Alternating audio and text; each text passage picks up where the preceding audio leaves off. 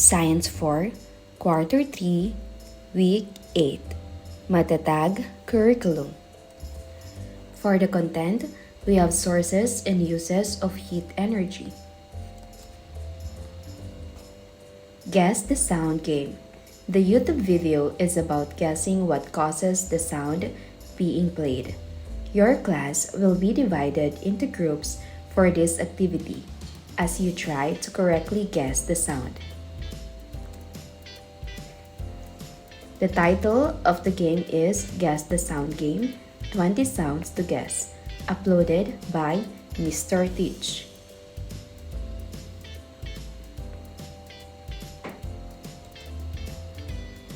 Here are the process questions. Which sounds were easiest and hardest to guess? Why?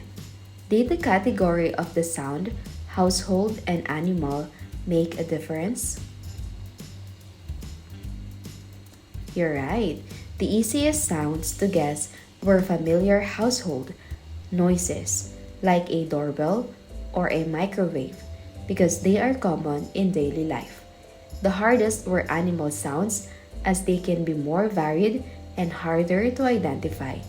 The category of the sound like household versus animal did make a difference, with household sounds being easier to recognize due to their familiarity. How can different sounds create different moods or emotions? For example, how does a plate smashing on the floor make you feel different from that of a running faucet? You're right. Different sounds create different moods. For example, a plate smashing can make you feel startled or anxious, while a running faucet might evoke calmness or indifference. Activity number 2. Color Chaos. Unlocking the secret of heat. It is good for 15 minutes. Objectives. At the end of the activity, the learners are expected to describe how heat energy can cause changes, such as cooking food, melting ice, or heating a room. Materials needed: a clear glass of jar, hot water, not too hot to touch, cold water, food coloring, a dropper. Instructions: first, fill the glass. Fill the glass about 3/4 full with cold water.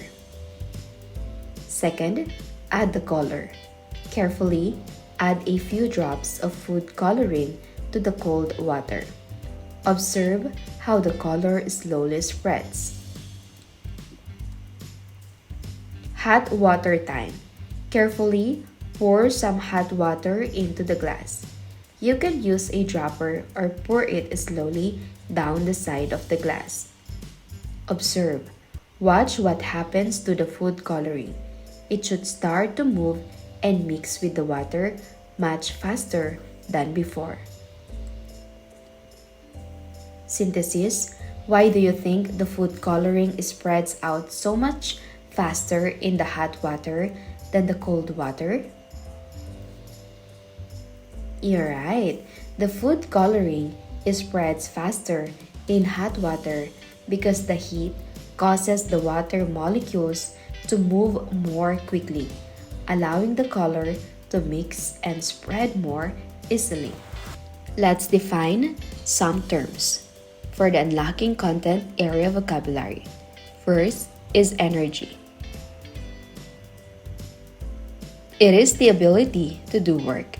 This means that energy makes things happen. The sun, as the principal source of energy for the earth, makes other forms of energy possible. Energy transfer. It is the process of moving energy from place to place or from one object to another, but the form of energy does not change. Heat. Transfer of thermal energy from one object or system. Thermal energy. the energy inside of something because of the movement of its particles.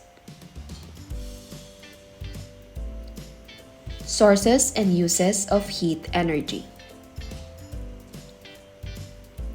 Based on the activity, color chaos, unlocking the secret of heat, why the food coloring moved faster in the hot water? You're right, the food coloring moved faster in the hot water because the heat caused the water molecules to move more quickly, which allowed the color to spread and mix more rapidly compared to the slower moving molecules in cold water. Heat is a form of energy, and it causes the tiny particles or molecules in the water to move faster. Heat is a form of energy that transfers to a substance, causing its particles, such as molecules, to gain more energy. When the temperature of water increases, the heat energy makes the water molecules move faster and collide more frequently. In cold water, the molecules move slower because they have less energy. This increased movement in hot water allows things like food coloring to spread more quickly because the faster moving molecules help mix and disperse the color throughout the water more efficiently. So, heat essentially speeds up the movement of particles, leading to quicker changes or reactions. The faster the molecules move, the more they bump into the food coloring and spread it around. How heat helps dissolve sugar in tea or hot chocolate? Heat helps dissolve sugar in tea or hot chocolate by increasing the movement of water molecules, which break the sugar crystals apart and allow them to mix more quickly with the liquid. Images below show the expected results from the activity. Become cold. Your palm becomes cold when you place an ice cube on it.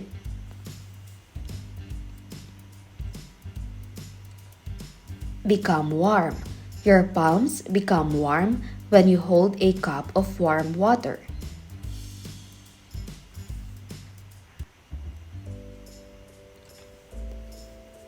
Heat is a form of energy, and that it always moves from warmer objects to cooler objects. Heat comes from the fire to the hand.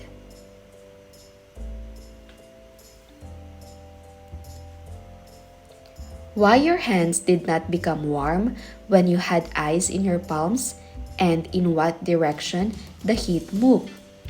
Heat moves from our palms to the ice cube.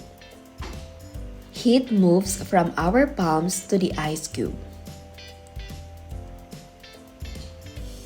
In what direction the heat moves when they touch the cup of warm water? Heat moves from the cup of warm water to our palms. When your hands touch the cup of warm water, the heat moves from the warmer water into your cooler hands.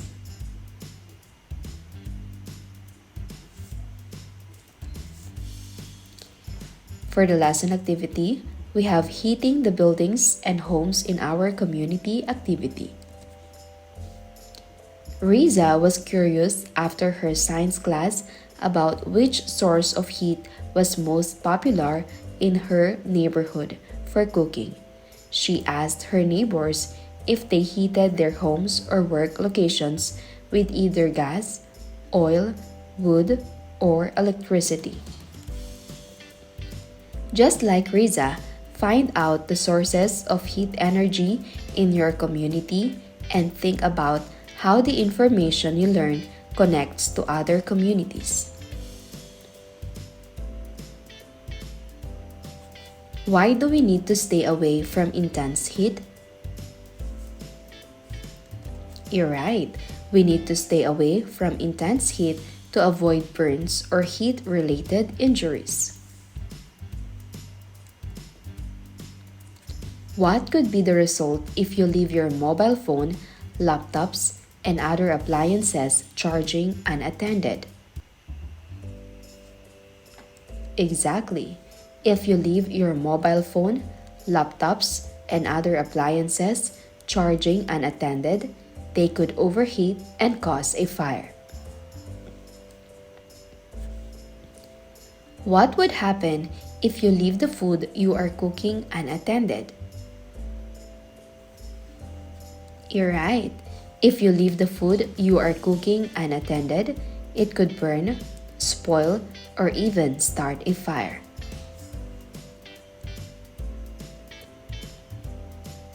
Why do our parents always tell us to close the valve of our LPGs after cooking? You're right.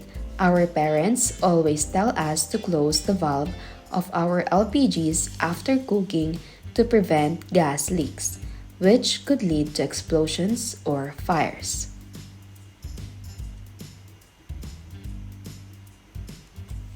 Let's have the formative assessment. Multiple choice. Read carefully the questions below. Choose the correct answer from the choices below each question, and circle the letter corresponding to the correct answer. Number 1. Which of the following is the best example of heat energy? A. A ball rolling down a hill. B. A light bulb glowing brightly. C. A pot of water boiling on a stove. D.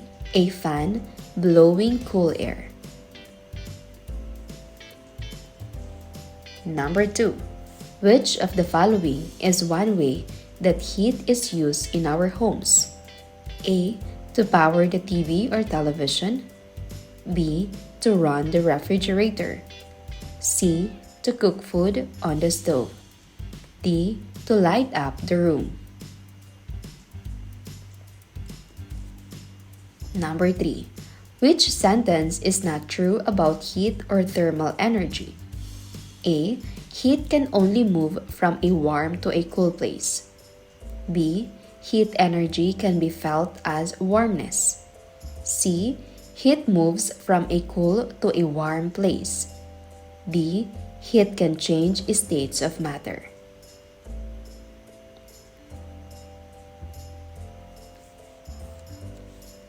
Number 4. When we feel cold, we sometimes wear warm clothes. How do warm clothes help us feel warmer? A. They create heat energy. B. They trap our body heat. C. They absorb heat energy from the air. D. They reflect heat energy back to our body. 5. When you touch a hot pan, heat energy moves from blank. A. The pan to your hand. B. Your hand to the pan. C. The air to your hand. D. The air to the pan.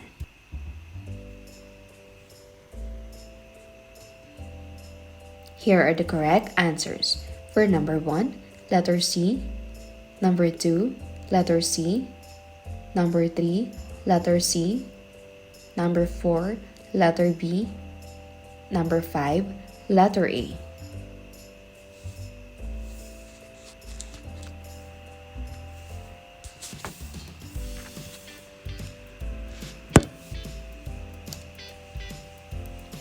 When you connect your cell phone to a power outlet, what types of energy will be present? Let's talk about energy transformation. Here is an energy transformation illustration.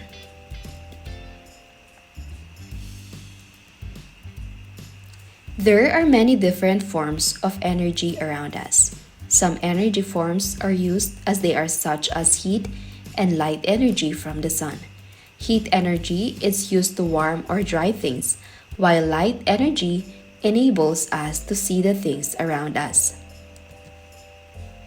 Other forms of energy, like electrical and chemical energy, have to be changed into other forms in order to be useful.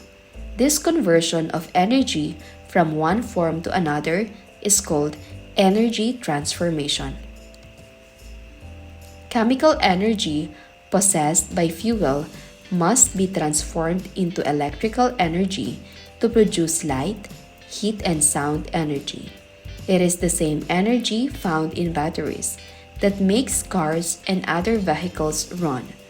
Other electrical plants use chemical energy to supply electricity to households and establishments. Transformation of energy can also be observed in the following scenarios.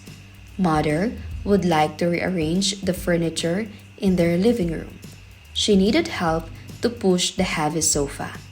Her son came over and together they were able to move the sofa. This made it easy to push the sofa across the room. When both mother and son pushed the sofa and it slid across the wood floor, the potential energy possessed by the sofa was transformed into kinetic energy. Water can produce electricity. The energy from waterfalls is used to rotate the turbine of a generator to produce electricity. In this process, the gravitational potential energy of water in a dam can be transformed into kinetic energy, which then become electrical energy. Solar panels change radiant energy into electrical energy in order to make various appliances and gadgets work. The chemical energy stored in food is transformed into muscular, mechanical, and heat energy once a person uses it to a different task or work. To show energy transformation, an energy arrow is used. During the transformation of energy, heat energy is always produced. For instance, when you start your car, the chemical energy from the battery is changed into electrical, sound, light, mechanical, and heat energy. For activity 1, write true if the statement is correct. If the statement is false, underline the words that make it wrong. Number 1, energy is transformed from one form to another. Number 2, energy cannot be created nor destroyed. 3, heat energy enables us to see things around us. Number 4, electrical energy has to be changed into other forms to be useful. 5, light energy is used to warm or dry things. Here are the correct answers. Number 1, true. Number 2, true. Number 3, false. Heat energy enables us to see the things around us. It is light energy that helps us see things. Number 4, true. Number 5, false. Light energy is used to warm or dry things. It is heat energy that is used to warm or dry things. Electricity plays a significant role in everyday life. Some of the sources of electrical energy currently used are fossil fuels. Burning the fossil fuels to provide electricity causes air pollution or landscapes to be changed or destroyed. It is important to conserve electricity to lessen the bad effects it brings upon the environment. Put a check on the items below which show the different ways to conserve energy and cross or X to those that do not. 1. Use a large heating pan at all times when cooking. 2. Turn off unnecessary appliances when not in use. 3. Avoid frequent opening of the refrigerator. 4. Refrain from using air conditioner during cool or rainy season. 5. List down all things needed before going to the grocery store. Here are the correct answers. For number 1, cross. 2, check. 3, check. 4, check. 5, check.